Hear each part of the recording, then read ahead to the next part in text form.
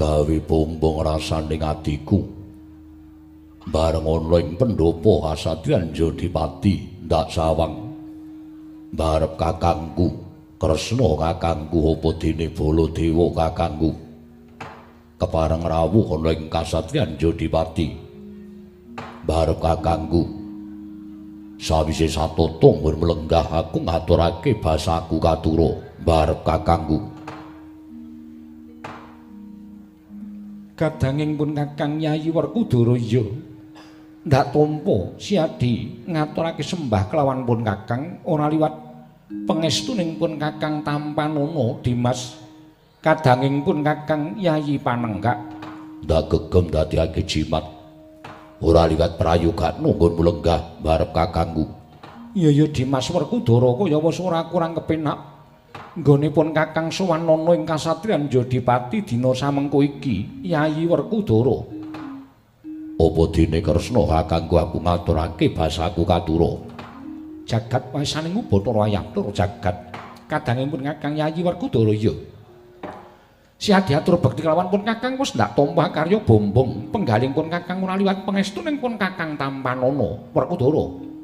Ndak gegem dadiake jimat prayogan nunggon mulenggah ana ing pendopo kasatriyan ing Jodipati. Iya Werkudara, kaya wis ora kurang kepenak praptaning pun Kakang ana ing Praja utawa ing kasatriyan Jodipati dina samengko iki. Yayi Werkudara, boleh kakangku, aku ngaturake basaku katura. Boleh kakangku, jagat Dewa Bathara ya jagat pangestu ngoro. Ya Werkudara, sira Yayi ngaturke bekti kelawan pun Kakang wis ndak tampa karya bombong penggaling pun Kakang ora liwat pangestuning pun Kakang Mandura Tampanana Werkudara.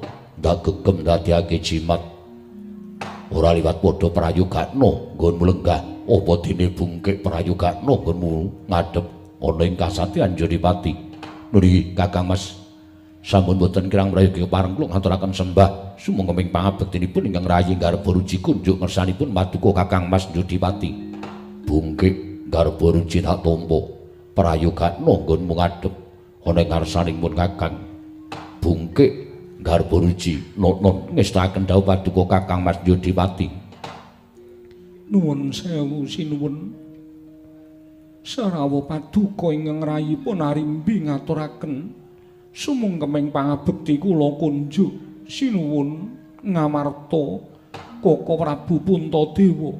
Iya Yayi arimbi ndak tampa sira siadi ngaturke bekti kelawan pun Kakang ora liwat pangestunipun Kakang Tampanana. Yayi arimbi kula pun dinggo jimat paripih dayana ing kasantosan Koko Prabu Ndarawati. Kula ngaturaken sembah pangabekti kula kunjuk.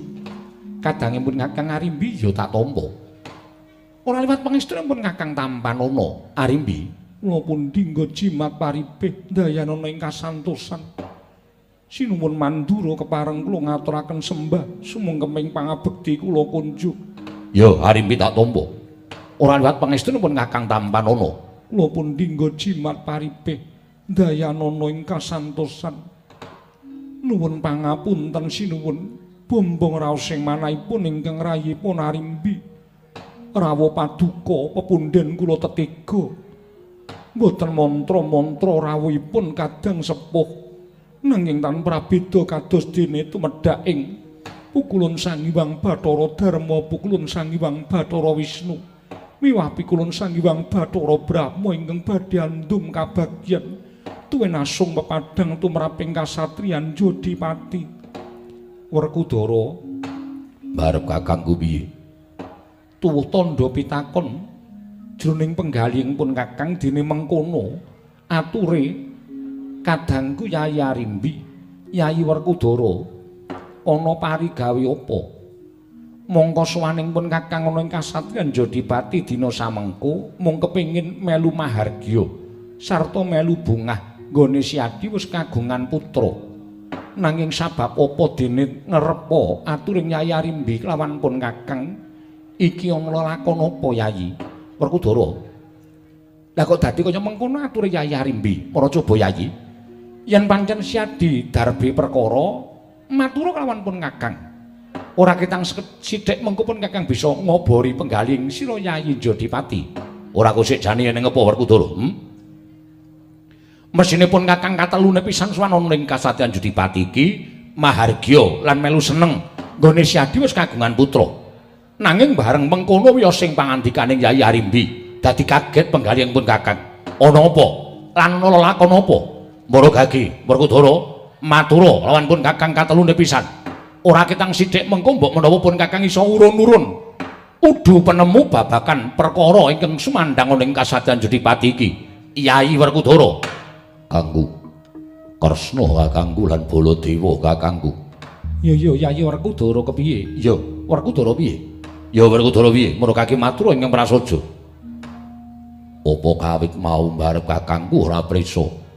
Kresna kakangku ya ora ngawuningani kahanane Arimbi. Nadyan dina samengko tak kanthi lenggah ana ing pendopo kasatriyan Jodipati nanging marugake sawangen. Ora kendhat Arimbi ngene tansah kembeng-kembeng waspane. Nadyan wanti-wanti saka aku, bola-bali wis tak kandhake aja nganti kawanguran dening sapa wae nggone si Arimbi nandhang lara. Ora perkara lara ragane nanging lara atine ngelingi kahanan kaya mengkene. Yayi, si Adi nembe wae kagungan putra nanging sabab apa? Lah kok teko garwamu Yayi Dewi Arimbi nandhang lara penggalihe, lara ingkang kepiye Dimas Werkudara? Ya, Werkudara marake prasaja babar pisan. Babar sumebar saindenging jagat yen to Werkudara duwe putra, ya kuwi si Jabang Tetuka. Nanging elok lelakon sing disandang dening anakku si Tetuka. Elok perkara apa Werkudara? Elok perkara nganti tekan seprene wis meh selapan umure si Tetuka nanging isih ndotong gendong ari-ari ngalor ngidul. Monggo saya elok meneh ari-ari mau ora iso dipedhot saka pusere si Tetuka. Nadyan gunake apa wae. Nadyan wis tak coba nggunakake kuku Pancanaka ewadene madal ora bisa pedhot saka pusere. Mula ora aneh yen tekan saiki Arimbi isih katon sedih, isih katon susah. Mergo gagas anake lanang ya anakku si Tetuka. Ingkang wis umur selapan isih ndotong-ndotong bopong ari-ari ngalor ngidul. Mula kahanan iki gandeng barep kakangku Kresna kakangku lan Baladewa kakangku. Dina samengko rawuh ana ing kasatriyan Jodipati. Malah kepasang yugya aku njaluk tulung tutura marang adimu si Arimbi. Paringa dawuh supaya iso madhangake kahanane si Arimbi. Aja kebanjur-banjur nggone nandhang lara kaya mengkene iki mergo kahanane si Tetuka. Barep kakangku Kresna apa dene bule kakangku. Jagat masih saling Bathara wayah Bathara jagat. Yayi, apa si Adi ora utusan kelawan Nayaka Jodipati supaya nyaraya sawijining brahmana pandhita winasis supaya magas pusering si Tetuka ya atmajamu si Tetuka. Wis ora kurang nggonku ngrawake para brahmana winasis Ewa Sugata, para resi wong pinter yen perlu ndak aturi rawuh ana ing kasatriyan Jodipati. Parandene gunake 1000 cara ora ana ingkang bisa magas pusere si Tetuka. Mula bab iki mau ingkang ndadekake sedih atine bojoku si Arimbi. Ora kok sik Werkudara.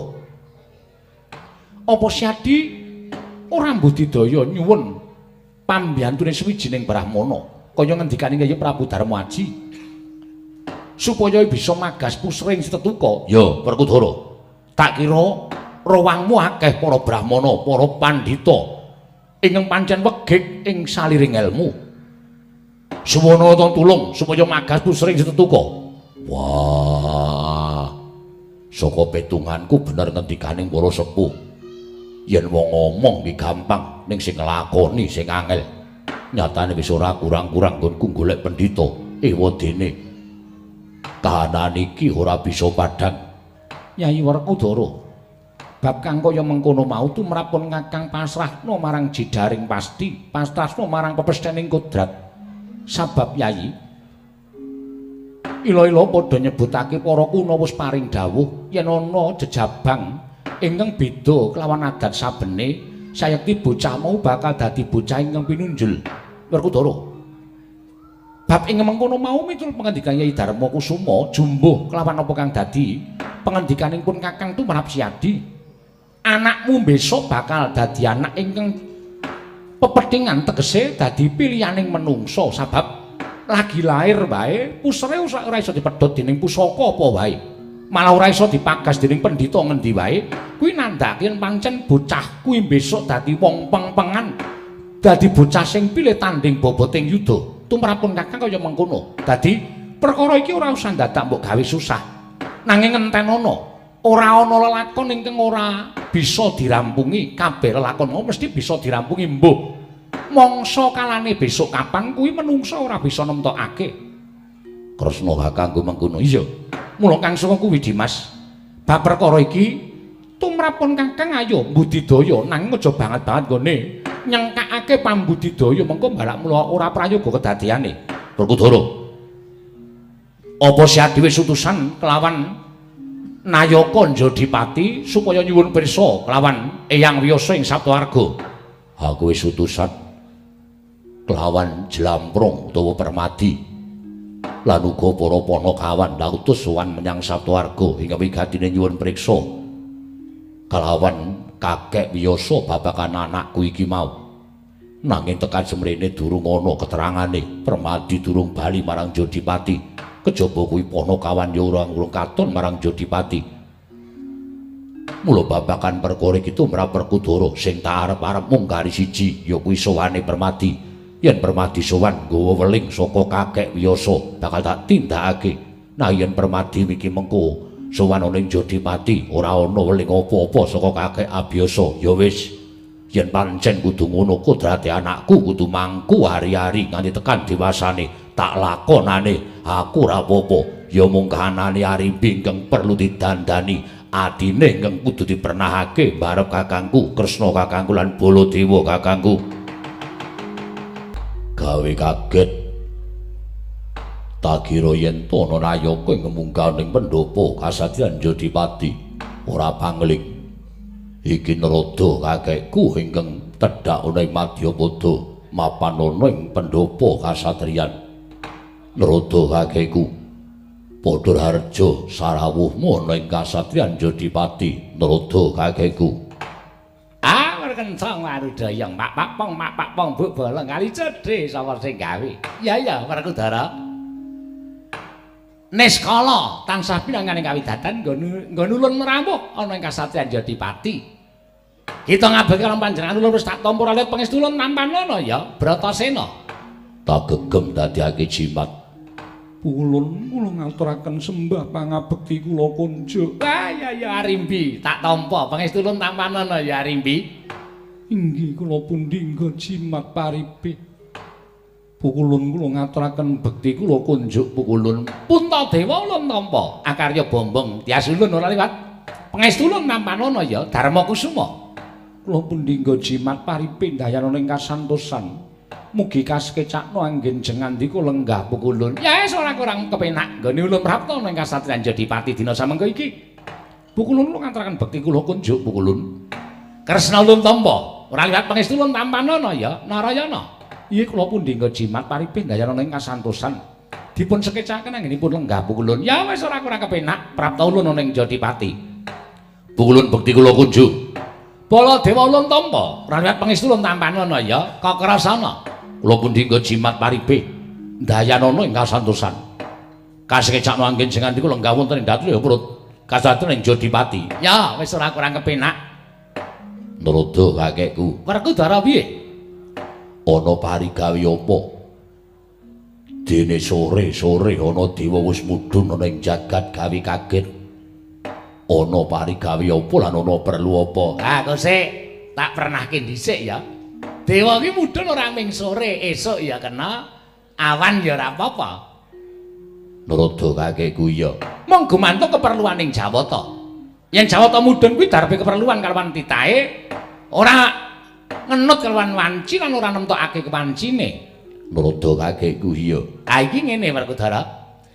Ulun rawuh ana ing kasatriyan Njodipati iki sayekti ingkang wigati temene ora kok duwe keperluan kalian si Werkudara ora, nanging aku duwe perlu karo si Permadi. Permadi adikku. Iya. Malah dina samengko Permadi wis melu sowan ning Njodipati. Ah ya kuwi perlu ulun lawan kadang kita ya kuwi si Permadi. Mula sik Aja mbok teruske nggonmu guneman. Lho kok ora diteruske piye? Aku tak ndangu karo Permadi. Merga Permadi sowan ning Jodipati kuwi tak arep-arep. Rina panteraning wengi sing tak arep-arep ngadiku si Jlamprung. Mula sing gedhe pangapuramu, ora kok jeneng aku ngungkuli marang wasisaning dewa ora. Nek aku nyuwun karo Nrada kakekku, aku tak ndangu sowane Permadi luwih dhisik. Merga ana sambung ora petik karo anakku si Tetuka. Oh, ngono. Ya. Ya wis ora apa-apa, ora apa. Kakek, Permadi dangunen. Permadi, kula wonten paring adhawu Kakang Mas. Piye mungguh? Nggonmu tak kongkon sowan kakek Abiyasa. Jaluk kelawan panjenengane babagan anakmu si Tetuka. Syarat crana apa supaya iso magas kelawan pusere Tetuka? Inggih, sewu-sewu kalapatanipun ingkang rayi Tadah Wadana. Nalika semanten kula sampun kelampan sowan kaliyan pun kakek Eyang Abiyasa ing Saptawarga. Lan menapa perlunipun sampun kula aturaken dhateng Kanjeng Eyang, tumuli Kanjeng Eyang paring dawuh dhateng Kang Rayipur Mermadi. Bilih puseripun anak kula pun Tetuka menika saged pagas menawi dipun pagas mawi wujudipun kayu kastuba mulya. Kakang Mas mengker saking Saptawarga bingung raos sing manahipun ingkang rayipun Permadi. Tumuli kula ngayam wana. Prasetyaning manapun Permadi kula mboten badhe wangsul wonten ing kasatriyan Jodipati menawi dereng pinanggih kaliyan kayu kastuba mulya. Nanging dumadakan lampahipun ingkang rayi pinanggih kaliyan Iwang Pikula Narada ingkang nedheng pungun-pungun wonten salebeting wana. Ha, iki ngene. Permadi tak punggal semene ulun sing crita. Yo, Merga iki ana sambung rapete karo kayu kastuba mulya ingkang sira upadi. kena ngapa Narada kok pungun-pungun ing tengah ngalas? Apa sebabe? Ha iki lagi arep tak aturake kelawan Werkudara. Babagan sing endi? Babakan nggonku bingung ana ing tengah ngalas. Kawiwitan saka panjenengan ulun nalika semana nampa timbalaning Sang Hyang Jagat Girinata. Sabab ngene nggih. Kayangan dina samengko geger. Kayangan dina samengko geger disababake ya kuwi pengamu ing saka Nalindra Ngilingaya. Nalindra saka Inggiling Wesi, Prabu Naga Pracana lan Patih Sakipu mantra ya Kasipu mantra. Ingkang nyuwun lurahing widodari nanging sejatine kabeh mungkin Arya Pawadan. Nggone Prabu Naga Pracana kepengin lenggah ana ing Sela Kandhawaru Binangun ngratoni para dewa. Ndadekake geger kayiwangan wekasan campuh perang antaraning para dewa lan Wadyabala Ngilingaya ya Wadyabala Ngiling Wesi. Iya. Sabanjure nanging saka digdayaning si Patih Sekipu mau para dewa kasoran, para dewa kalah mungsuh Patih Sekipu. Wekasan tutup karo Sela Matangkep.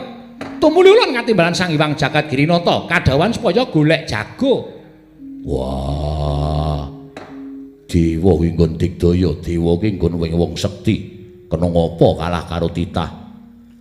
Ing atase mungsuh karo wong Gilingaya wae dewa ora monggo buliya.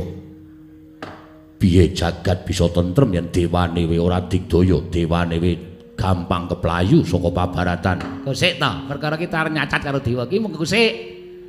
Ning ulun tak crita dhisik. Wah, ya wis Gage, terusno ceritamu. Nalika semana ulun Pramesti Bathara Guru paring dawuh karo panjenengan ulun, Kakang Rada. Panjenengan kula trimandhap wonten ing jagat, kula aturi ngupadi wayah kula pun Permadi. Kula kanteni wujudipun pusaka inggih menika Kyai Kunta. Kaliyan rangkanipun ingkang wujud kayu mliastan kayu kastuba mulya. Pusaka jenenge Kunta. Ya, Kunta Wijayandanu lan kayu kastuba mulya. Geblas ulun ngupaya kaliyan si Permadi. Adat lupya ingkang wis kelakon Permadi ki mapan ana ing alas, mapan ana ing gunung. Merga Permadi kuwi seneng tapa, seneng teteki, seneng prihatin. Dumadakan ulun weruh swijining titah ing nedheng tapa. Jebles wujude kaya Permadi. Ulun perpeki, ulun dangu ya dheweke ngaku. Wangsulan nalika ulun dangu. Ulun ngerti yen iki Permadi. Tumuli tanpa wigih ringa-ringa, pusaka Kyai Kunta Wijayandanu lan langkepe Kyai Kastuba Mulya ulun paringake. Permadi kita munggah ning kayangan patenana Prabu Naga Pracana lan Patih Sekipu mantra. Tanpa taliwara Permadi kuwi tumuli munjuk atur nyuwun pangapunten Pukulun kula menika sanes Permadi nanging kula menika pun Suryatmaja putra ing Petha Perlaya muni ngono iki karo mlayu. Ora apa coba? Dalah dewa diapusi. Wah, yen ngono dewane kleru gone menehake pusaka. Kleru ngono kok. Sing tak paringi si Suryatmaja mlayu. Ulun iki dewane wis tuwa, mlayu 100 metere megap-megap. Mula ulun nalika Suryatmaja mlayu ulun ya mung tenger-tenger meneng wae. Weh lah dalah, lajeng kados pundi Pukulun? Dewa kok nganti kleru alamate iki piye? Ha ya iku lek nulis ora cetha kok. Mula ya lajeng klintu. Sing nggonku menake pusaka kuwi mau, wah, nah ngaten klentu, wis cetha kleru kok. Bareng ulun tenger-tenger Permadi teka ulun rangkul, Permadi ngoyak kelawan playune Suryatmaja. Lah ya kuwi mau padha bondo yuda antaraning Suryatmaja karo si Permadi. Permadi mau ngentok kayune ya kuwi rangkane kang aran kayu Kastuba Mulya. Nalika semana Permadi tak dangu piye Permadi kelakon apa ora? Pukulun kula kecalan pusaka Kyai Kunto mboten dados menapa ingkang wigatin kula betahaken rangkanipun inggih menika kayu Kastuba Mulya. Tumuli Permadi ulun kanthi prapteng ana ing kasatriyan Jodipati iki ingkang wigati siji madhangake kahanan Jodipati ya kuwi putramu si Tetuka. Angka loro sawise mengko kelakon Tetuka padhang kahanane ulun bakal boyong Permadi munggah ing kayangan kinarya jagoning dewa manglurah Satrumurka ya kuwi Prabu Nagapracana pate Sekipu Mantra. Wah, Permadi kula wonten maring dawuh yen ngono kayu Kastuba Mulya wis bisa mbok gawa marang kasatriyan Jodipati. Sampun Kakang Mas Narada kakekku. Werkudara piye? Gandeng kayu Kastuba Mulya wis diboyong karo si Permadi jumbuh karo ngendikaning kakek Yasa supaya ndang padhang kanane anakku Setuka. Becike kepiye aku manut karo Narada kakekku. Nah, sing luwih prayoga kayu Kastuba Mulya Permadi aturna kelawan kadangmu ing Dwarawati ya kuwi Nata Kresna supaya Nata ing Dwarawati ingkang ngruwat kelawan kahanane si Tetuka. Nggih, ngestaken. Wonten maring dawuh Kaka Prabu. Anakmu tumuli kantinen mrene gendongen. Pusre bakal tak pagas nganggo wujuding werangka kayu Kastuba Mulya. Inggih ngestaken dawuh paduka Kaka Prabu Indrawati. Ndak mani werangka kayu Kastuba Mulya. Werangkaning pusaka Kunto Wijayandanu. Nalika semanten Musdiyasta dening Nata ing Dwaraka Sang Prabu Sri Bathara Kresna. Siga mrepeki Dahayu Arimbe ing dotong-dotong ambopong Sang Tetuka. Jinandak punang ari-ari pinagas dening Kyai Kastuba Mulya paran dening mangke kalaning jagat gaweaning para dewa. Ilang wujuding kayu Kastuba Mulya manjing pusring Sang Tetuka kagiat kadrakasanata ing Dwarawati Sang Prabu Sri Bathara Kresna wau. Kresna ngapa Kresna? Lah kan dadi menugel ari-ari wae kok. Kaya wong kaget ki eneng apa? Ora coba. Ibu kulun. Mugi andadosna ing kaweningan lan pukulun nglanturi anyawang dhateng jejabang Tetuka menika. Nalika ari-ari kula cepeng tuwin badhe kula pagas mawi kayu Kastuba Mulya kaliyaning jagat gaweaning para dewa. Wujuding kayu Kastuba Mulya ical sareng kula waspaosaken manjing wonten pusiripun Tetuka pukulun. Nah, tala perkencang warudayang pak pong mbok bolong kali jedi sapa sing gawe. Wah, Narada kakekku ya kene. Werkudara, iki Sasmita. Wah, iya. Sasmita tumrap jeneng kita. Bocah iki besok pancen dadi bocah pengpengan. Pilih tanding boboting yuda nanging wanti-wanti ya ngger, wanti-wanti. Wanti-wanti piye? Welingku aja nganti pisan-pisan bocah iki sesuk nek dewasa wani mapakake kekuwataning Kyai Kunto Wijayandanu. Yen to nganti mapakake kekuwataning Kyai Kunto Wijayandanu, lah kuwi Ndrawasi mula eling dieling. Sebab apa to aku menging yen to bocah iki metokake Kyai Kunto Wijayandanu sebab rangkane mapan ana ing pusre si bocah iki ya Tetuka iki. Mula sesuk yen ana peperangan, sesuk yen mangsa kala wis dewasa, aja nganti pisan-pisan napaki lawan kekuwataning Kyai Kunto Wijayandanu. Wah. Yo bakal tak eling-eling. Anakku ora bakal napaki lawan kekuwataning pusaka Kyai Kunto Wijayandanu. Syukur, tak eling-eling ya, tak catet yen perlu. Yo. Engko yen nganti kleru yen nganti kita lali wah ndrawasi. Nah, gandeng kabeh wis katon padhang, tetuka wis katon pagas pusere. Iki ngene. Jumbuh lan pangandikaning Ulun nalika semana Ulun kepengin boyong Permadi minangka dadi jagoning dewa panglurah Satru Murka Prabu Naga Pracuna lan Patih Sekipu ana ing Kayangan. Mula Ulun nyuwun palilaisi Puntadewa Denis Werkudara, Permadi tak kantine munggah ning Kayangan bakal mungsuh Prabu Naga Pracuna Nalendra ing Gilingaya. Werkudara, Piye? apa kowe mentala yen to adimu minangka jagoning dewa? Wah, aku entuk Permadi munggah ning Kayangan. Ning ana syarate. Syarate apa? Aku melu. Lho. Melu piye? Mergo anakku wis padhang kahanane. Yen ana babak kulite Permadi aku melu kelangan. Mula entuk ora entuk aku melu munggah ning Kayangan dadi jagoning dewa.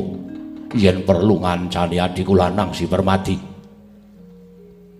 Piye entuk apa ora? Yen ora entuk ya wis ora usah munggah nang ndi-ndi kabeh. Nang isor kabeh. Wah, cilakai. Dadi kita melu munggah. Yo, aku melu munggah. Ya, yen pancen kaya mengkono, ulun nglilani. Wah, syukur yen mbok lilani. Aku ora bakal mentolo Permadi dadi jagoning dewa ijen. Yen nganti Permadi cilik katriwandan gedene tekaning pati aku sing kelangan. Ya, yen pancen kita kepengin melu kalian Permadi, ulun lilani Werkudara. Kanthi kaya mengkono, ayo saiki bebarengan munggah ning Kayangan. Manglurah Satru Murka Prabu Naga Pracuna. Mangkir miyen Pukulun. Lho, sapa iki? Kula ing wayahipun Baladewa. Ngapa kowe? Gandeng Permadi menika adi kula, Werkudara menika inggih adi kula. Yen nganti wonten napa-napa sing tumandha lan adi kula Permadi lan pun Werkudara, kula sing kelangan. Mula entuk kula melu. Waduh, aku oke sing melu iki. Apa merga pentas pisanan iki wae ya? Oke tenan sing melu iki. Cilaka iki. Dewa ora keturunan iki ya. Kula mboten namung kadang kula ing Mandura nadyan kula ugi nderek. Kula badhe bidal wonten ing Kayangan. Wah, jan wis komplit ora jamak-jamak. Kula iki nderek. Lha iki sapa iki suarane gedhi iki? Kula ingkang wayahipun Setyaki. Wah, lah ya wis yen pancen ngono ayo. Malah kepasang yo aja katujing ngene dene kabeh wis padha samapta ing gati sawigang dhewe minangka dadi jagoning para dewa. Werkudara Janaka, Baladewa Kresna Setyaki, yen perlu wadya bala saka Jodipati tetapake munggah ning Kayangan. Merga ulun wis paring dawuh mau yen to kekuwataning dewa ora iso ngembari marang panguwasaning Prabu Naga Pracuna lan Patih Sekipu. Yo, yen pancen kaya ngono ngestake dawuh. Ulun dhisik kan si Permadi mengko sak bubaring pasewakan kasatriyan Jodipati kita munggah bebarengan kan si Baladewa Padene Kresna. Narada kakekku ngestake dawuh. Ulun kondur makayangan dhisiki laku ya Werkudara. Yo, sembahku ing ngendherake jengkare Narada kakekku. Pun Kakang, Mbarep Kakang kuwi. pun Kakang melu bombong lan melu bungah. Dene wis katon padhang kananing putramu si Tetuka. Wah, iya. Ya mung dina samengko isih ana kewajiban ingkang kudu ndak sangkul. Nututi lawan Permadi nggone didapuk dadi jagoning dewa. Iya, Yayi. Pun Kakang rumangsa bombong dene sira Yayi ora negake lawan kadangmu si Permadi. Yayi, sampun wasrat kuwatos nadyan ingkang Raka ing Ndarawati mboten badhe negaken kadang kula pun Permadi. Kula ingkang badhe minggah wonten ing Kayiwangan angampingi dhateng pun Permadi anggenipun mangsah prajurit saking Gilingaya. Semanten ingkang Raka ing Mandura. Kula ugi mboten badhe negaken dhateng pun Permadi. Koko Prabu kula titip dhateng kadang kula panengah. Mangsa borong anggenipun ngawat-awati dhateng kadang kula Permadi. Iya ngestaken dawuh. Wah, mbarep kakangku ndak suwun aja kundur sik marang negara Ngamarta. Sabudalku marang Kayiwangan tak jaluk Kancanono Arimbi. Mongen anakku si Tetuka. Aja nganti goleki bapakne lagi mangkat perang ana ing Kayiwangan. Dimas Werkudara iya. Yen to pancen mengkono Yayi pun Kakang mung sak drema ngestu padha pekang dadi dawuhing sira Yayi kadangku ing Jodipati. Kresna kakangku Baladewa kakangku ngrakit para wadyabala munggah ing Kayiwangan. Ayo Yayi, Werkudara tak dherekake. Ya, ayo Werkudara barengan lan pun Kakang. Wah, bungke. Wonten timbangan ngadhawuh Kakang Mas. Njaluk tulung. Gandeng gagak bongkol. Podang binurean. Wah, dongguku arepe dhewe. Ora ana sing ketok budalno kang padha sebo. Pun Kakang nedya manjing jroning kasatriyan. Nonon ngestaken dawuh nyuwun pamit madal pasilan sing ati-ati aja kaya bocah cilik. Purna gati ning pananggilan. Wis purna sabdaning Sang Werkudara nalika semanten arsa manjing wonten ing kasatriyan. Kayap sangganing para byada manggung tanggung Joko Paloro ing samangampil upacaraning keprabon. Kawis tinggal saking Mandrawa, katinun gumebyar candraning lampahing para kenya ingkang sami andharaken jengkaring risang panenggak. Togok wonten rawuh Gusti Patih. Apa dene kowe mbilung? Dalem Gusti Patih. Rumangsaku kaya ngenteni silming palwa gabusku mambanging Sila Kresna. Dewa nggone paring pangandikan sawise para dewa isa digepuk mundur dening para wadyabala Nggilingaya. Nyuwun pangapunten nek dipun keparengaken kula tak nyuwun priksa dewane ngendika pripun. Bakal diparingake turuning Sang Hyang Bathari Supraba yen to sesuk aku kudu ngenteni srengenge angslup ingkang mapan ana ing sisih wetan. Yen wis ana dina Selasa kliwat goku aku bakal nampa Hyang Pikulun Bathari Supraba minangka jatuh kramananing Sinun Prabu Naga Pracuna. Nanging tak enten-enteni lak kok dadi durung ana lakone srengenge angslup ana ing Brang Wetan. Sarta dina Selasa kliwat gok. Nuwun sewu. Niku nandhake nek sampeyan kula nuwun sewu lho mboten ateges kula menika ngece karo sampeyan ngina karo sampeyan ning sampeyan niku patih sing kurang Pengalaman. patih sing kurang Ngelmu. mboten nonton jamak lumrahe ngatasé srengenge kok angslup enten Brang Wetan niku mboten nonton. sing biasa kelakon niku srengenge angslup teng sisih Kulon niku wis dadi kodrating sing maha kawasa. terus saniki mangenteni dina Selasa Kliwat niku nggih mboten nonton. sing wonten dina Selasa Kliwon niku wonten utawa disebut Anggara kasih. dadi yen ngono srengenge ora bakal angslup ing Brang Wetan lan ora ana dina Selasa Kliwon. Lah mbok sampeyan ngenteni nganti Kukuting jaman mboten ajeng wonten kelakone. Ngaten? niku ateges dewa janjane ming nampik napa sing dadi penglamare Prabu Naga Pracuna. tur kula gagas-gagas kula nuwun sewu.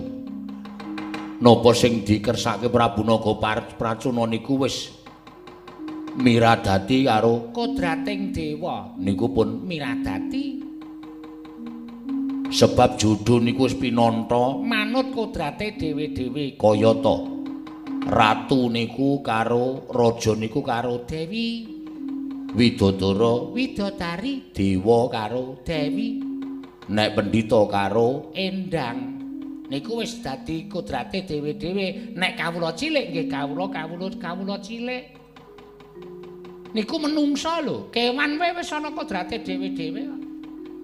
menthok niku ya Karo menthok, wedhus ya karo kambing, Adan ora ana menthok dijodhoke wedhus kok gelem niku mboten wonten. Niku mboten ajeng wonten kelakone. macan Ya karo macan, macan jodhoke singa kerah. Sing kula pikir niku sing ngangsa malah menungsane.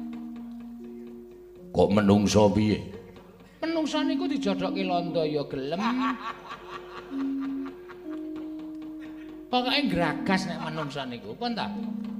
niku persasat nek tumrap kula kaya duwe penggayuh ning ora bakal wonten Kelakone.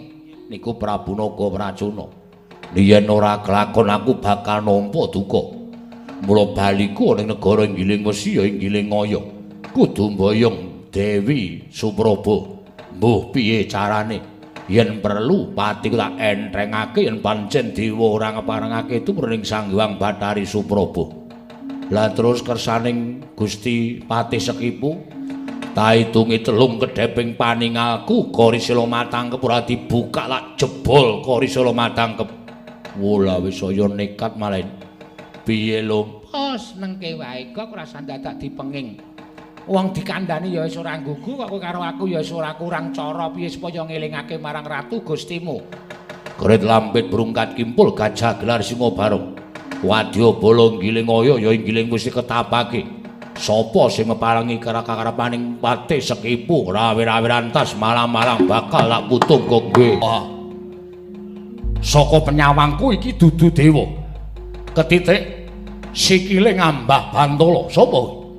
Takon karo aku srayaning Jawata. Satru ing garep Burji Raden Setyaki. Wah, dalah pancen dewa ki jiring getih wedi mati. Durung babak klite durung tugel balunge wis nyraya menungsa munggah ning kayiwangan. Setyaki, dasar Pranyata kowe sapa? Kekeseting Patih Sekipu ya Patih Kasipu Mantra. Aku tumenggung Sumbang Surajigja, tumenggung Sumbang Surajigja dasar Pranyata. Tekuken barisanmu gulungana genderamu. Aja pisan-pisan wani ngraman kayiwangan. Yen isih kepengin nyawang kalawan gelaring jagat eseming rembulan. Piye? Yen isih kepengin nyawangi ndahing jagat mundura sawadya balamu. Gelem mundur yen dewa wis maringake lurahing widodari Sang Bathari Supraba. Yen ngono ora kena dikandhani srana becik, ora kena dipringgake sarana ingkang apik. Kowe kena mboyong Bathari Supraba yen iso nglangkahi kuandaning Setyaki. Walah dalah yen ngono cetha kowe jagoning para dewa, apa-apamu. Rawe-rawe rantas malang-malang bakal tak putung. Ora minggat sakarep aku tak tebak dadamu ning marganing patimu. Singolena prapting lalis tumenggung Sumbang Surajigja.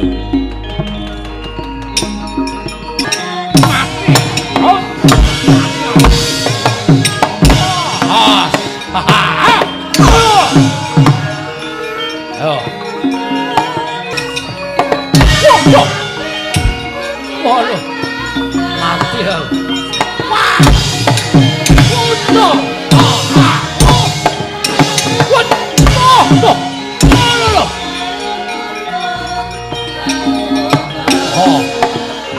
Mati kowe.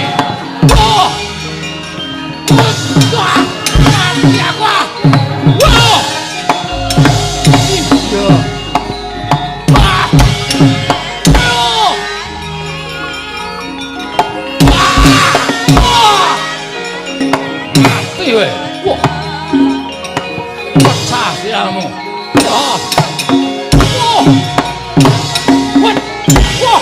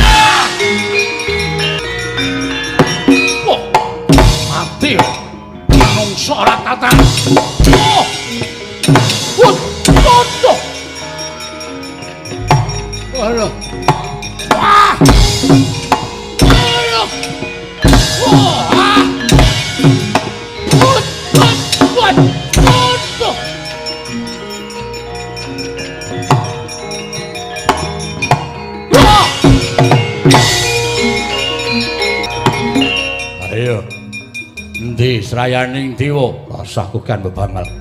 Setyaki undurna wah gigit tugel lumung parat.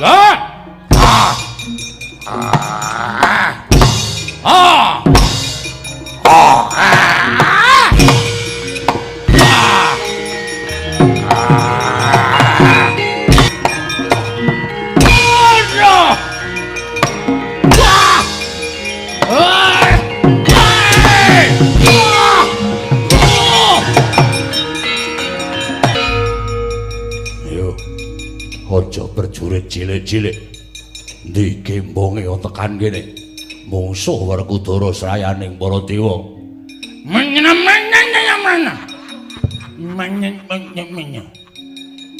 Ana ngemilan yen ngreleng panyamu yang penjuan ngiring alam yang kewakan aku nyanyi monyamu. Wah. Sopo? Mengong. Anon tengepel. Sopo? Mengong anon tengepel. Baron Sekeber. Dacar ngono. Aku main ketoprak tekan rampung ora gani jenengku. Wah, aja kowe berjurit cilik-cilikan. Ayo, bendaramu kon tekan kene, Patih Sekipu. Kon tekan kene. Piye? Patih Sekipu kon tekan kene. Nyemak. Rada Patih nyengimu. Baron tengah berdungan. Apa? Ngrampungi nyawamu. Aku Werkudara kalah karo kowe isin. Enak-enakane. Ayo kowe arep ngopo? Tiban tanganku tengen harian. Tanganmu kiwa. Iki di. Apa kuwi? Iki di. Unit gawat darurat. Wah, Setyaki wonten dawuh. Iki eneng wong edan tekan kene. Monggo dipun sekejakaken. Wah, caidan.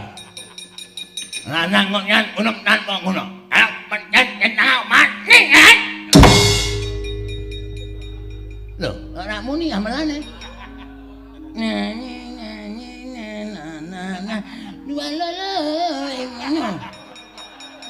Ora ming pisan tok. Tekan kene kok nyambut gawe ming nyeleng. Anak-anak liyane dadi. Ayo ngantemu. Mati nenengan.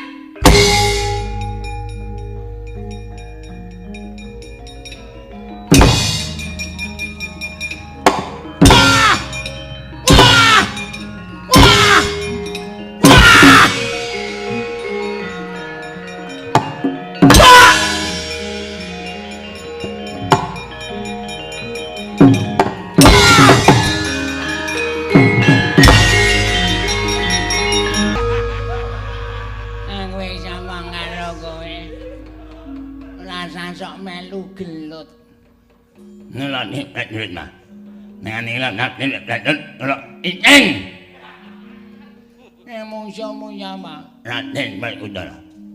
Aduh. Kowe engko tasakuran ya. Nyebab. Wong muni sebabe kowe kangelan kok. Merga kowe ora mati mungsuh Raden Werkudara. Ah, nyengileng endi mat. Impon nang ya.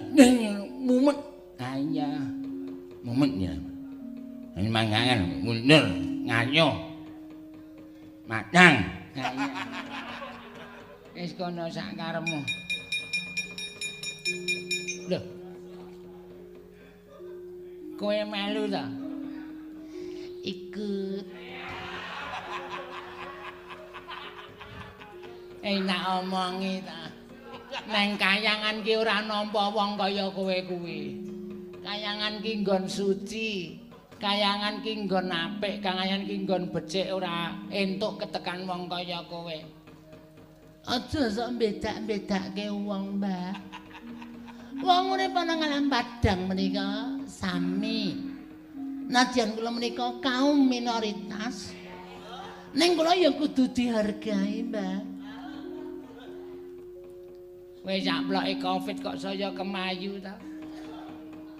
Inji. Terus areng apa? Maju wonten ing peperangan. Mungsuhmu ora baen-baen dewa nyraya titah.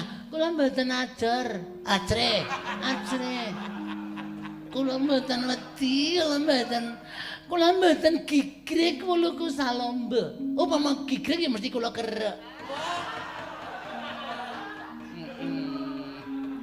Terus rawe-rawe rantas malang-malang tak putong pokoke sapa sing arep ngundurke patih sesembahan kula patih Sekipu Mantra tetep kula adepi. Kula mboten ajrih. Ana maju ana. Iso ngalahke Srayaning Dewa kowe entuk ganjaran saka patih Sekipu. Nyuwun semesta nggih.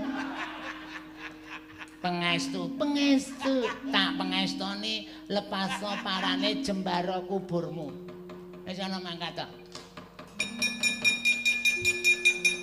Dikira wong biyen-biyen. Arep wong kaya ngene iki tau tak nek ngarat kerupuk 100 kaya ajur. Amasura marata jaya marata imbang yen padha-padha. Sapa sing dadi Srayaning Dewa?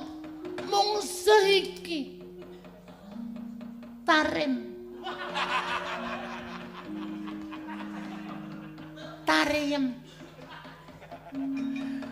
tak greyang ora jengkelang kuandemu aja dundang prajurit gilengaya legane atiku.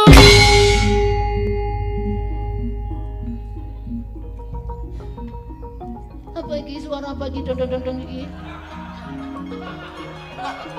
Gamelan apik-apik nganggo kentongan.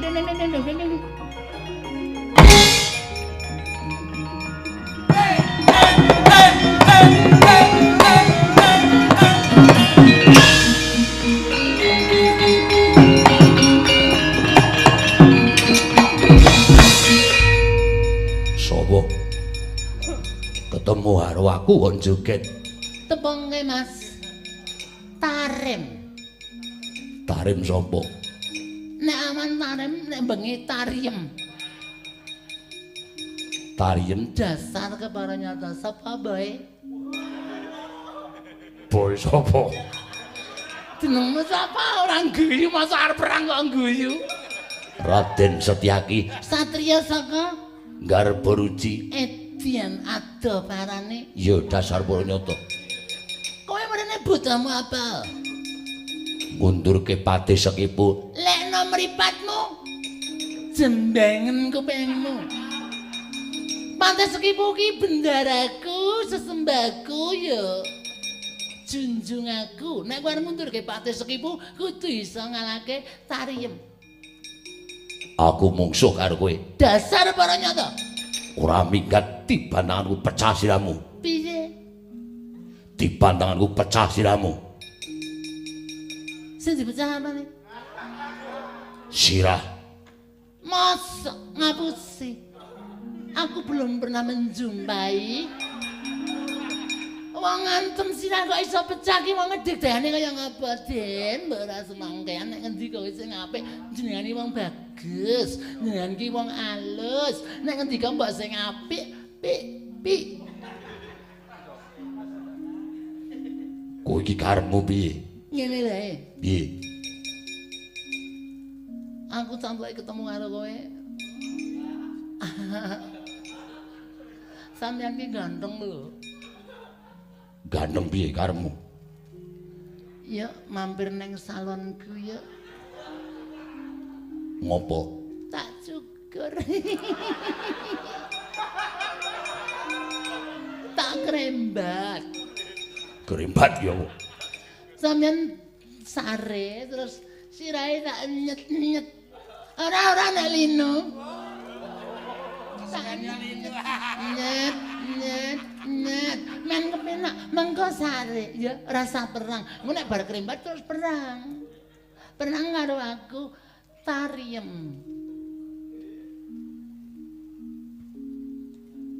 Ngapa? Kowe iki jane arep perang bareng apa? Manut. Perang gelem, jagongan gelem. Manut. Pijet ya gelem. Yuk. Ayo. Gilane. Ya ampun, Raden Setyaki lho kok kaya ngono lho, masa aku kurang ayu apa piye? Aku kurang bagus apa piye? Ayo sapa tunggale nek pancen liyane ra gelem isih ana liyane, ayo sapa tunggale ya. Sapa sing gelem?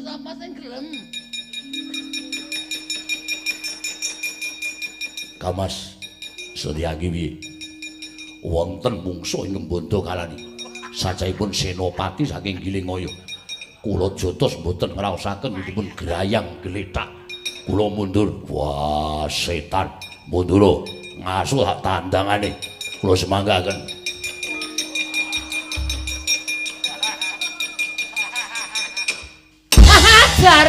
Jaran.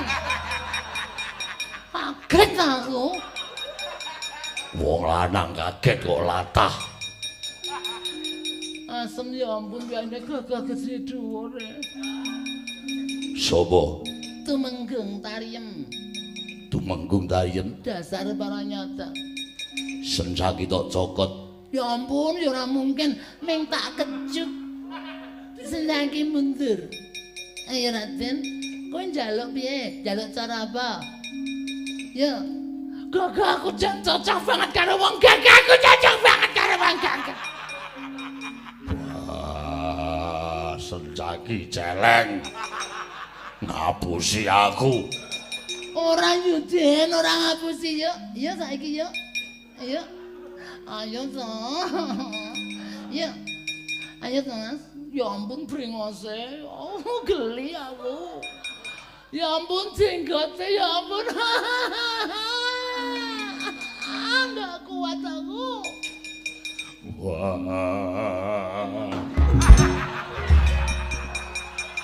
Mencol kok nganti entek wet lho.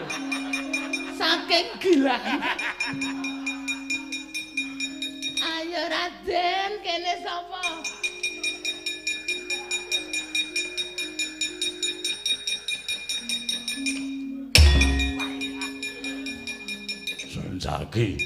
Sencaki ngopo? Wah. Sencaki ngopo? Kowe karo aku ki tekan kene iki dadi srayaning dewa. Kok malah kaya wong gojek? Ora gojek. Nek aku kalah karo srayaning wong Gilingaya. Wujude ora bejaji ning Digdaya. Digdaya piye? Aku digrayang awakku mundur. Wah, gletak. Mula aku trimo mundur. Sumbar-sumbar ditunggale sayaning dewa. Blek arep menusa tatan kelawan diampulir garing atiku.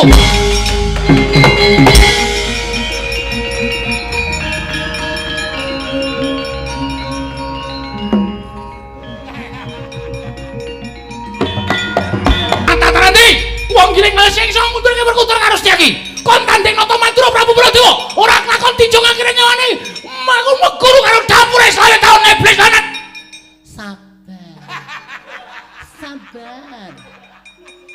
Sabar.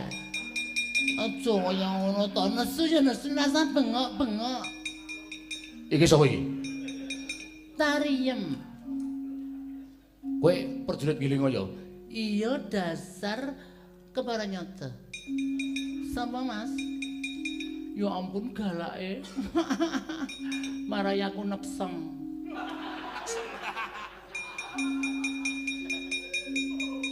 Kowe sing mundurke Werkudara. Ora ya. Aku ora mundurke sapa-sapa. Wong ketemu karo aku do wedi kok dadak aku mundurke. Lagi tak sumbari wis do wedi. Raden Setyaki mundur, Raden Werkudara mundur. Aku ora ndek niat sulaya, aku ora ndek niat perang. Aku pengin perdamaian.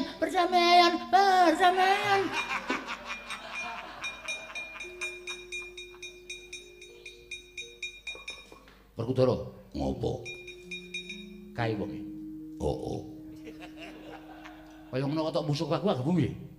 Wah, nek kowe gelem barang. Gelem barang dengkulmu mlocot. Aku gila nandangi. Piye lak tandangane? Wong kaya ngene aku sing nandangi ora rampung-rampung. Karemu piye? Aku arep musuh srayaning para dewa. Aku srayaning para dewa. Sapa Mas? Baladewa. Wong ngendi? Ratu Mandura. Kabeh tumpung karo Baladewa. Waning Pitawasi Jolodoran apa Krasana. Aku wonge, kowe arep ngejawab.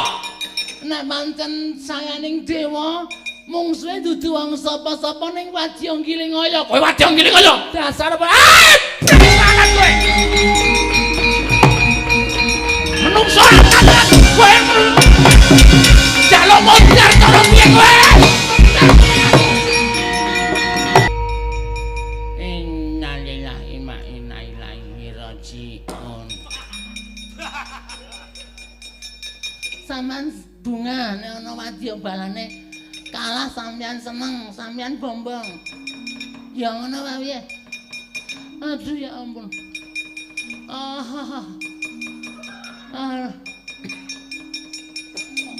Anandi tar. Ajeng sauna. Alah.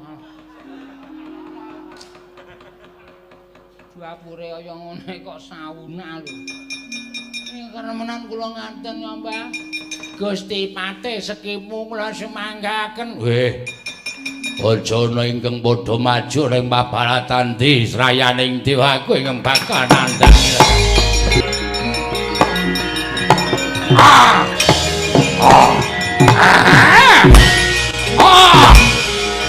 Ayo kamu.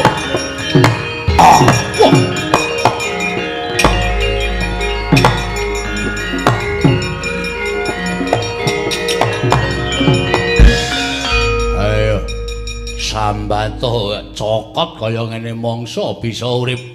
Sae. Patih Sekipu Mantra. Ana sewono. Iya dasar para nyata. Nyokot tanpa taliwara parat. Apa mbak anggap aku wong sadon terus arepan? Ya. Mbok cokot aku tekan ning pati kono apa piye? Menungso ra tatanan dasar kowe buta betah butengane ya. Kowe nyokot Baladewa. Kowe nyokot Nata Mandura ora ngerti. Bali parat menungso ra tatanan ora. Ayo. Ayo kaki gerengo. Ora wedi aku. Mati ya.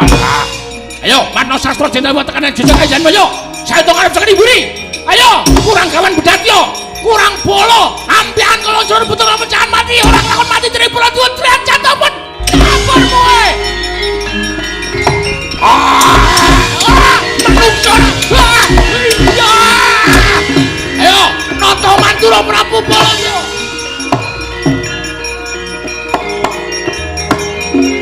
Wah.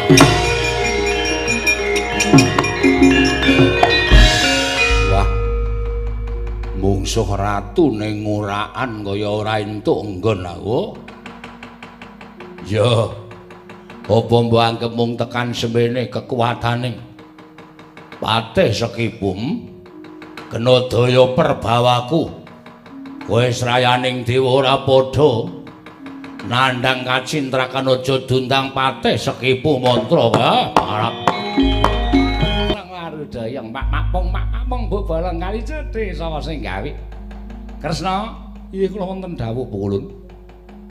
ora monggo puliya. Wayah-wayah ulun. Ya kuwi Permati Werkudara. Putu Prabu Mandura lan kampe para wadyabala ingkang ndak boyong saka jagat. Ing wigati minangka dadi jagoning para dewa ning kok tekan semono kekuwatane. Inggih. Kula piyambak ngumun kaliyan kekiyatanipun wadyabala Gilingaya. Sareng Patih Kasipu Mantra kedalaken daya kemanden satemah mundur ngendelong barisan saking Ndarawati Mandura menapa dene saking Jodipati. Salajengipun kula cumadhong dawuh paduka Hyang Adi Pukulun Bathara Nrada keparingipun kados pundi? Ha iki ngene ya jatine pancen sadurunge ulun mlebet kelawan jeneng kita mau, ulun wis ngadhep Sang Hyang Giripati ya Sang Hyang Pulun Bathara Guru. Apa to pangendikane Sang Hyang Jagat Giripati kah?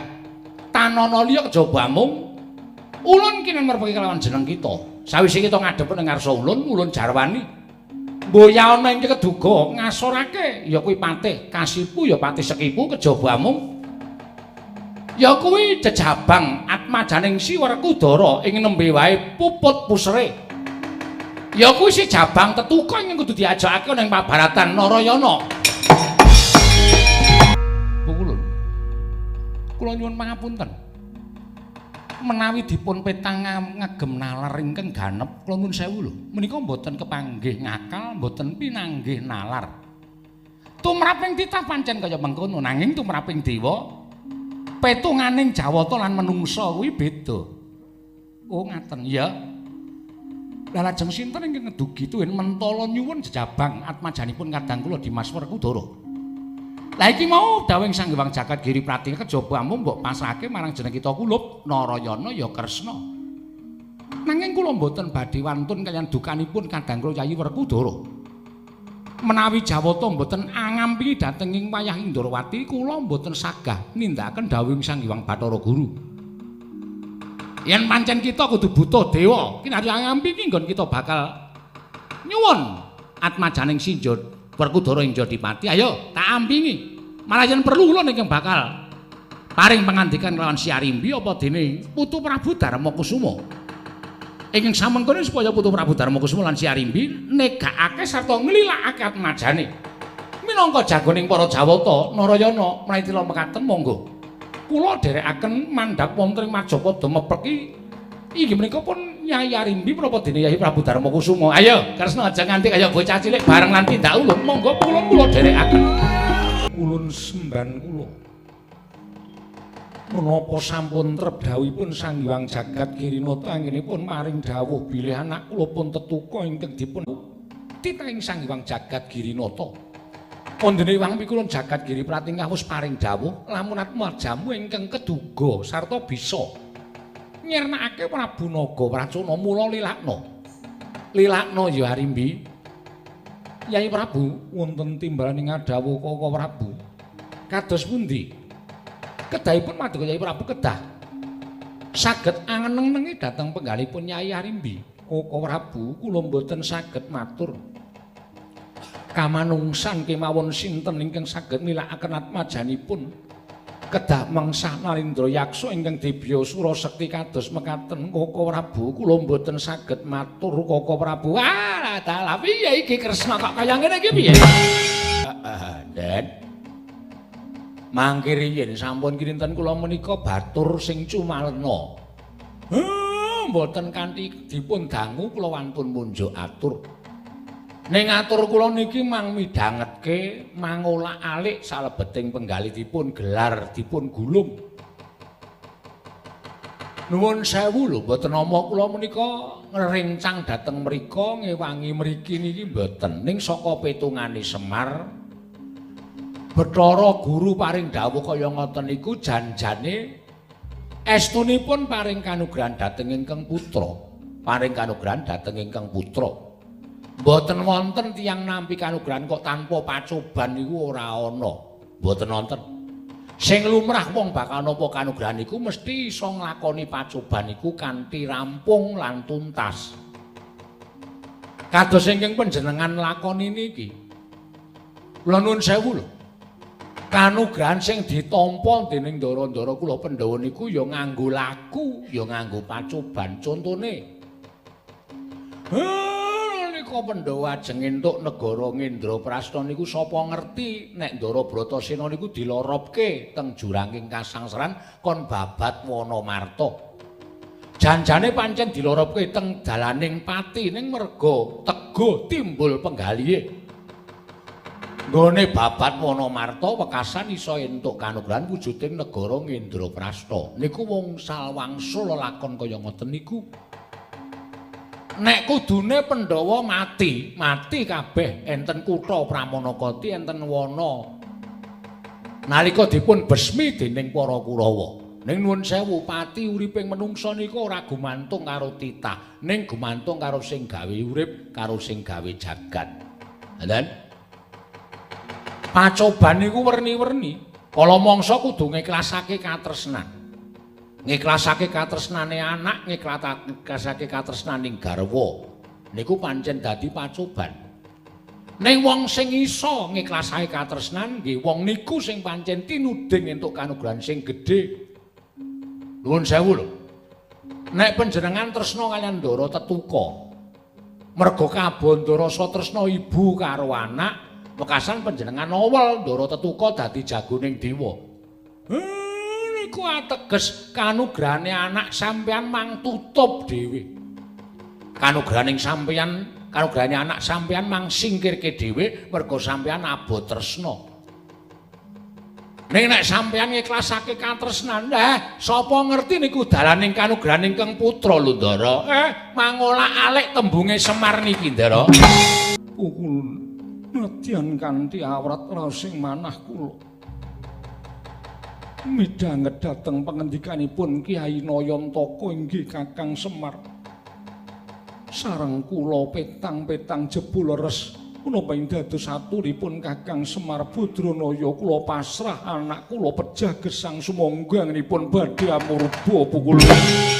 Sang Warudayang Pak Pong Bu Bolong kali cedhe sapa sing gawe. Kakang Semar kula ngaturaken panuwun. Padha-padha. Jejering wong tuwa kuwi ya sing pinter ngolah-alik ukara. Sing tlonjonge dadi becik lan apik. Nggih. Nah, itulah mengaten kula bidhal wonten ing Kayuwangan. Kresna ayo. Tutna laku Jandra Ulun monggo kula dherekaken. Kakang Semar aku njaluk pamit. Nggih mugi-mugi anak niku iso dadi bocah sing iso tana gunane. Nek mati piye, Pak? Nek mati dijog lengane. Sembrono. Coro. Gareng karo bapakne kok ngunekke. Iki gawe masalah e. Wong Ndara Tetuka iki lagi umur pira? Kok dijokke dadi jagoning dewa. Malah Semar ki sing ngomongi Ndara Arimbi, nganti Ndara Arimbi ki klase karo putrane. Nek nganti kae cilik lara gedhe tekaning pati, wah sing nesu namung Ndara Arimbi. Ndara Werkudara. Wah. Semar sing dadi perkara itak mutar kowe. Aku ora melu-melu lho, aku ora melu-melu. Aku ora melu-melu lho, Pak. Aku melu sangu dhewe, Pak. Aku melu kok sangu dhewe ora. Pokoke aku nderek Semar. Aku bangga karo itu Semar. Iya. I love you Semar. Waduh. I love you ora. Aja do cerewet kayo do ditutke ndaramu Ndara Tetuka kae. Warudayang Pak Pong Bu Bolong kali cedhe sapa sing gawe. Gumrayah wadyabala nggilingaya. Solas ragane buta ngregeti Kayuwangan Suralaya. Sekipu iki jagoning dewa nggih. Wah. Dewa padha cilik. Srayane padha keplayu wedi karo patih Sekipu mantra. Kari sak siring bawang sak umuring jagung.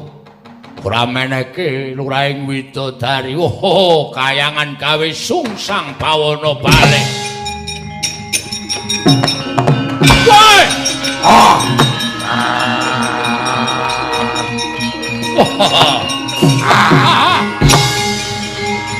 Olah dalah ketap-ketap. Tak kira woh pelem pertangga jiwa tiba ning arep aku. Lah kok iki tak sawang wujuding bayi. Bocah abang ingkang durung ilang pupuk lempuyange. Wah, dewa wis kelangan akal. Dewa wis kelangan nalar bayi wingi sore dijoko ning pabaratan. Lah dalah. Lah opo kelakon aku mungsuh jabang sing kaya ngene? Ya. Nek yen pancen kowe dadi jagoning dewa. Aku ora wegah mateni titah sapa wae sing mbelani para dewaja ngelokke dosaning patih Sekipu. Lak cokot mlebu ning wadukku dadi isen-isen ning wadukku ka.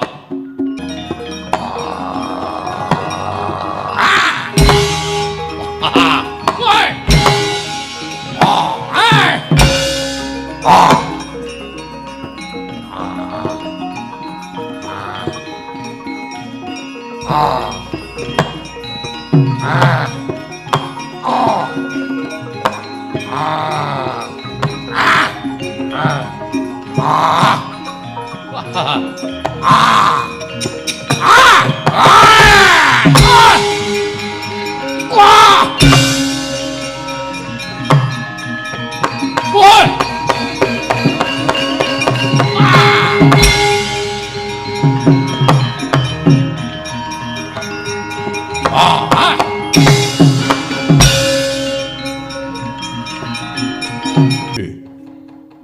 Tak jokot. Woe adalah siungku ora mempan. Lah kok elok. Bayi sing maune ora iso nggrawat barang tak cokot. Wah, tak kemah-kemah kok malah iso mbrangkang iso ngadeg. Weh, dewa. Kowe aja mirang-mirangke patih Sekipu. Ayo, bocah iki gedhekno dhisik ben sak timbang sak bobot karo patih Sekipu mantra.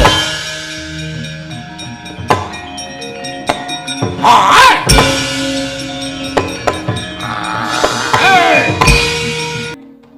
Kadi pundi Kakang? Nyata sekti kalintang. Lare menika nadyan dereng ilang pupuk lempuyangipun nanging sampun katandha bilih lare menika pancen pepethinganing titah. Namung kemawon patih sekipu sajaipun lingsem di lajeng patih sekipu kados pundi polaipun. Piyambakipun munjatur sanipun para Jawata kanthi ambengok sura. Bayi menika dadipun agengaken lan rumiyin. Dipun dewasakaken tegesipun dipun gege. Kakang Rada, punapi? Kula sampun dawuh kalawan Empu Anggon Jali lan Empu Ramayadi supados amandhe dhateng lare menika. Lho, mandhe dos pundi? Lare menika badhe kula cemplungaken wonten ing Kawah Candra Dimuka. Kula jer Kakang Rada. Dipun jer inggih. Lajeng sedaya rongkonganipun lare menika badhe kula gantos inggih menika mawi rajaning wesi. Wesi Balitung, wesi Pulasrani, wesi Mangangkang lan sak pituturipun. Mila ingkang saking menika Indra wonten timbalan. Kabeh para Jawata ki nyawisake pusakaning para dewa supaya dijer ana ing Kawah Candra Dimuka bareng kelawan si tetuka iki. Ngestaken dawuh. Mangke menawi lare menika pejah dos pundi? Kula ingkang ngreksa dhateng pejah gesangipun titah. Kakang Rada sampun ngantos adri. Monggo dinten sak mangke kula atur nyemplungaken lare menika dhateng Kawah Candra Dimuka. Inggih, ngestaken dawuh, Di.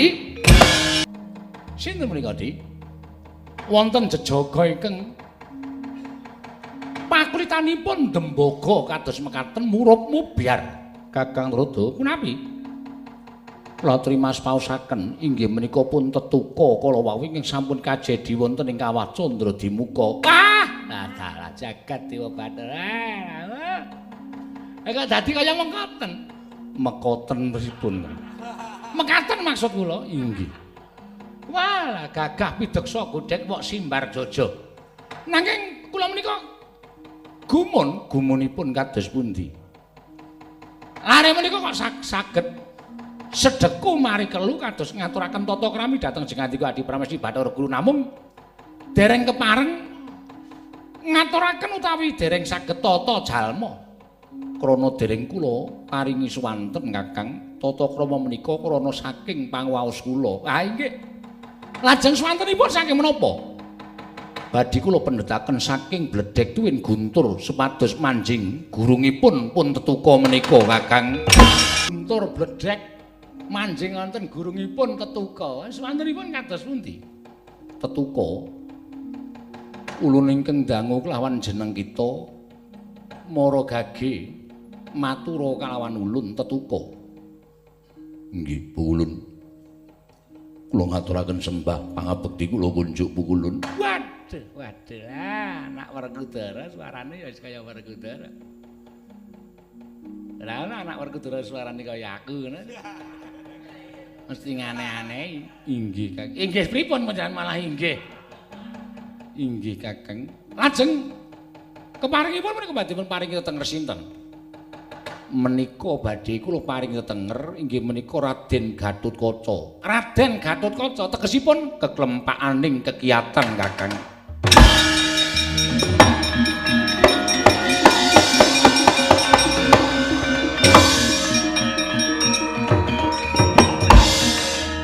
Kejawi menika ugi badhe kula paringi tetenger Raden Gurundaya. Raden Gurundaya.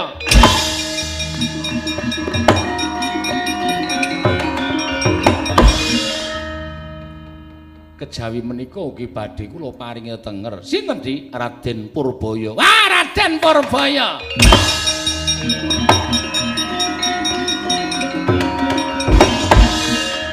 Mbok kula ya tak menehi jeneng.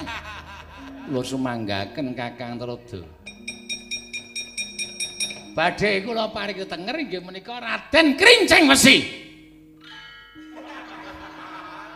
Di wonten jalu. Dewa menika suwe-suwe saya sembrono. Sinten ingkang boten ngiringi kalian kula nama Macring ngoten. Nanging boten kelintu menika Bathara Pathuk. Walah, Bathara Bakpia. Kok Bathara Bakpia? Parat ora karepe dhewe. Mirang-mirangke Narada menehi jeneng Macring. Wah. Bareng paduka pukulun. Samangke kados pundi? Gatotkaca wonten timbalan. Kejaba saka kuwi kita bakal ulun paringi yaku ingkang aran Caping Basunanda. Panas mbuya kepanasen udan mbuya kudanan. Kotangantra kesuma kita bisa ngambah dirgantara nylentrik tanpa sutang. Uga ulun paringi trumpah madu kacerma. Kita ngungkuli lemah sangar kayu waing tawa tawit-tawar ora duwe walat apa-apa nggih. Matur sembah semono tanpa pami. Adi guru mariki Kurawa. Caping Basunanda Kakang. Gatot-kaca Wonten dawuh. kita ulun paringi pusaka ingkang bisa gawe ayem tentrem. Ya kuwi kang aran Caping Gunung saben geni mangkon. Kakang Trada, Prapi? mbok mriko campur bagong. Lah, Panjenengan menika dewa kok senengane guyon. nah ya nggo isu-isukan kaya. Isu-isukan kok ora guyon ngene mboten pantes. Kita kudu bisa manglurah satru murka. Ya kuwi Pati Sekipu lan Nalindra Prabu Naga Pracana. Yen kita bisa mateni Kraman Kayewangan ora ketang amung sak uruping damar sak umuring jagung, besok kita bakal ulun lenggahake ana ing Silakanda Waru Binangun nggih. Sapa ya, Kang? Mbah. Sirahku nggo pancatane. Ana wong iso mabur ya, Tru? Heeh.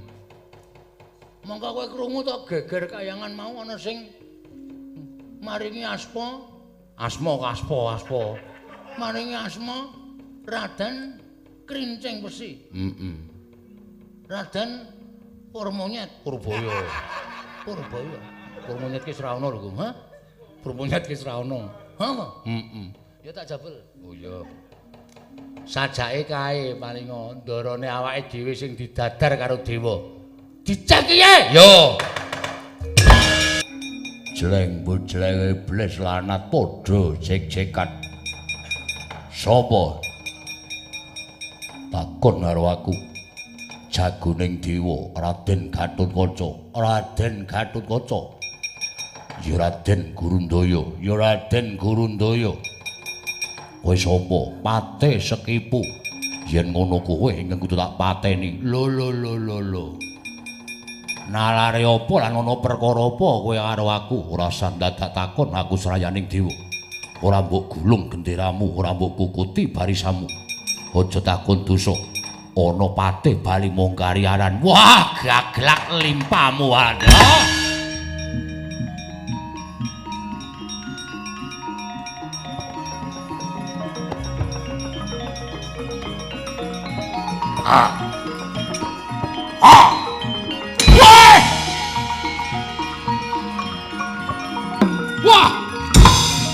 Wah, hebat.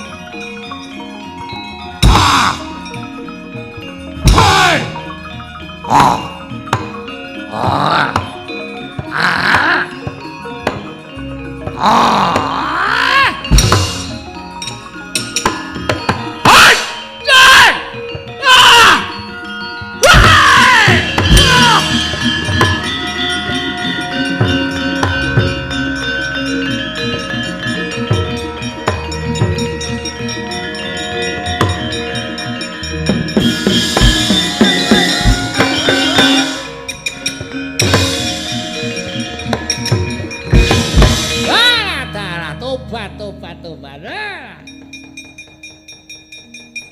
Cah kok digdayane kaya ngene. Sinten iki? Gatotkaca Petra. Gatotkaca niku sinten? Lho, kuwi bendaramu. Bendara kula sinten? Tetuka sing maune tak dadekke jago wis dijeti ning Kacandra Dimuka. Kuwi ndaramu, putrane bendaramu Werkudara.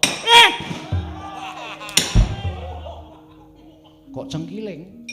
Aku gawe kaget kok. Ora sambung-sambung iki ngapa?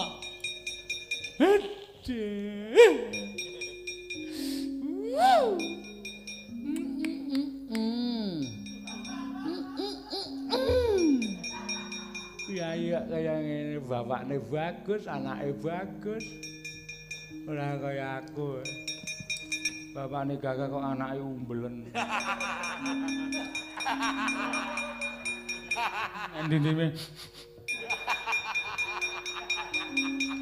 Sapa ya, Truk? Ndara Gatotkaca. Aduh, Ndara Gatotkaca.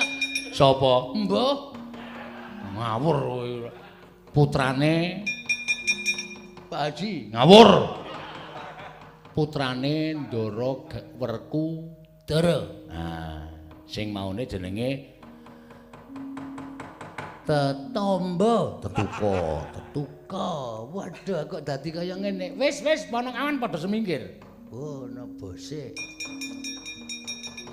Sekipu mati. Inggih. Tak awake. Kula cokot. Wah, lah iki Petra iki kudu dikandani. Waduh, ha iki kudu dikandani. Ampun nyokot. Nyokot kena nek wis mateng. Siapa yang dicakot? Oh kuwi. Wah, oh, sok mle tak goleke sing rada apik. Bagong edan. Aja ya ngger nadyan kita kuwi turas sing yaksa ning kita kuwi turas. Ya kuwi Saptawarga, mula kita aja nganti nyokot.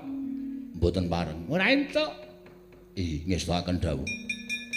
Mboten kenging, Nggih. Wah, bapakne nek prisa ni putrane undahe boyo ngopo senenge. Lah iya Petro lah nggih.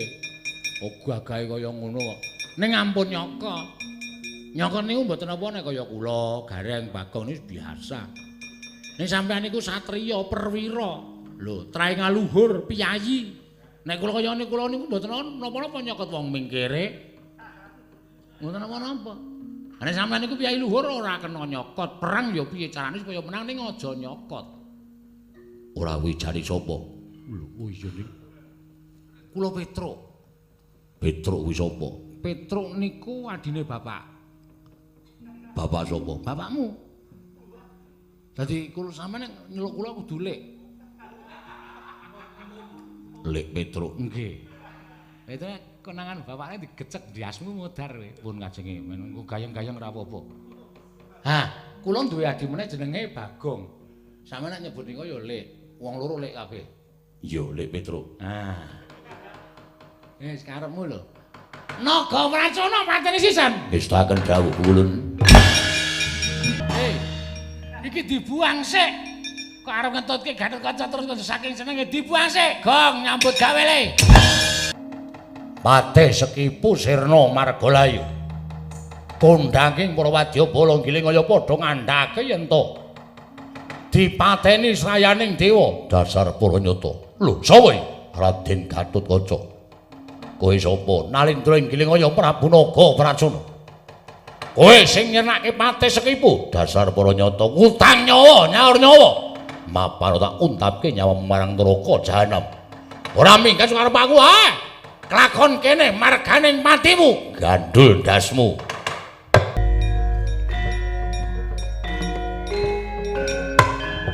Woi!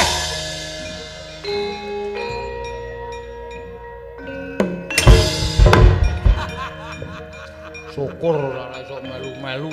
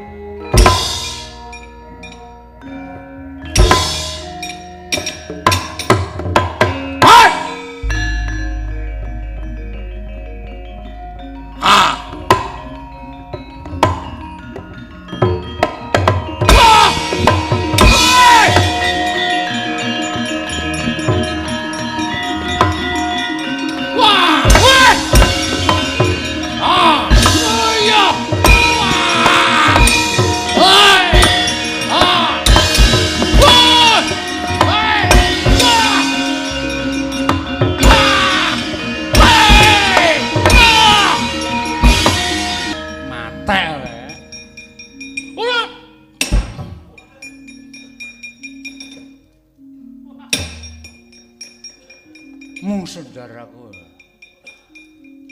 Jan Digdaya tenan. Dinapake? Untir gulune. Oh, mulane kok iki geger kok raine nang kene. Edian tenan. Wah, ratu raine naga, Gong. Duntir, Gong. Ngono aku aja, Tru. Aku butuh tenan aku.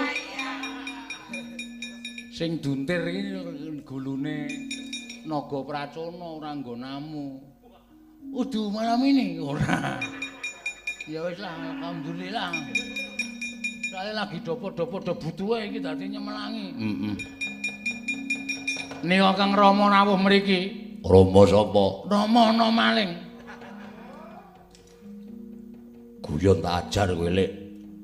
Nggih. Duh cilaka iki. Nek teko rene tenan ngeluk aku Lek iso diajar tenan.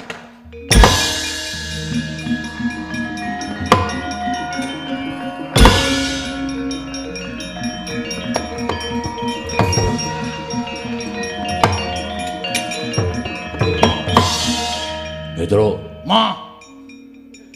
Petro, ora sudi. Ana wong tengo kok dicemplungke kalen ora. sapa iki? Tak kandhani sampean mesti seneng. Mesti. Sapa Petro? Kula kandhani niki Kang Putra. Anak sapa? Ndara Tetuka. Wah, aja goroh. Wis luwih. Sembrono wani ngampleng lekku. Petro, Non. kok nyebut kowe Lek? Sing genake meng Iwang Plukun Rada kula ora melu-melu perkara niku lak nyingkirke bathange naga Pracona.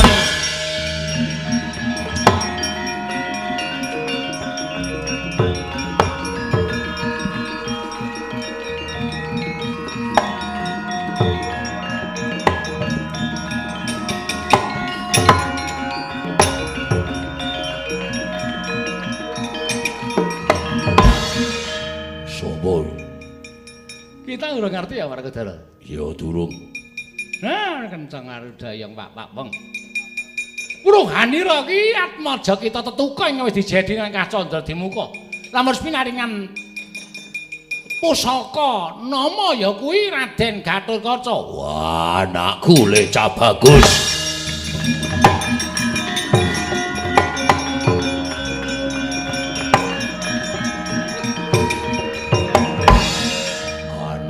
Cah Bagus. Wah, ora nono wujudmu saiki kaya ngene. Pikulu Narada menika sinten? Iki bapakmu. Bapa tiyang sepuh kula. Iya, Ngger. Kanjeng Rama Werkudara. Ah ya iki piyayine. Kanjeng Rama.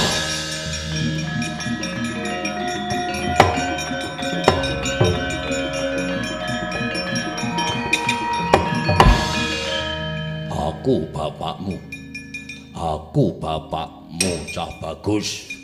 Inggih Kanjeng Rama. Kowe mau nyeluk Petro kok Lek. Ndikanipun menika rayinipun Bapak. Petro.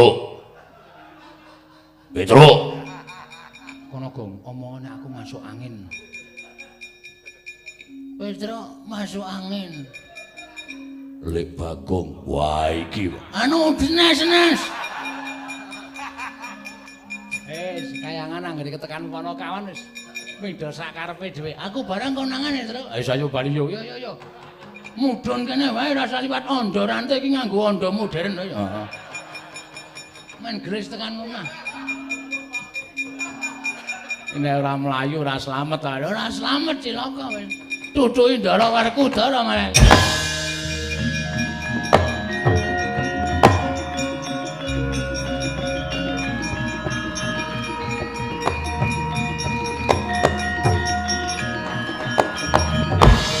Kresna nuwun dawuh Pukulun. Gatotkaca ing bisa mbirat penandhanging Kayiwangan, gawe tentrem lan gawe padhang Kayiwangan inggih. Mula jumbo kan ngendikanipun Wang Prasti Bathara Guru sesuk Gatotkaca bakal nampa triman ora ketang mung sauruping damar saumuring jago lenggah ning Sela Kanda Waru binangun dadi dewaning para dewa. Mekaten Pukulun. Iya. Gandeng kayangan wis padhang, kayangan wis tentrem. Werkudara. Nggih. Kantinen anakmu bali marang kasatriyan Jodipati. Legakno pikirmu nggon kita darepe putra ingkang nuju prana sarta bisa gawe mareming wong tuwa. Wah, iya. Ora mung gawe mareming wong tuwa, muga-muga bisa dadi satra ingkang bisa nentremke negara Ngamarta, nentremke jagat saisine ya si Gatotkaca iki, Werkudara.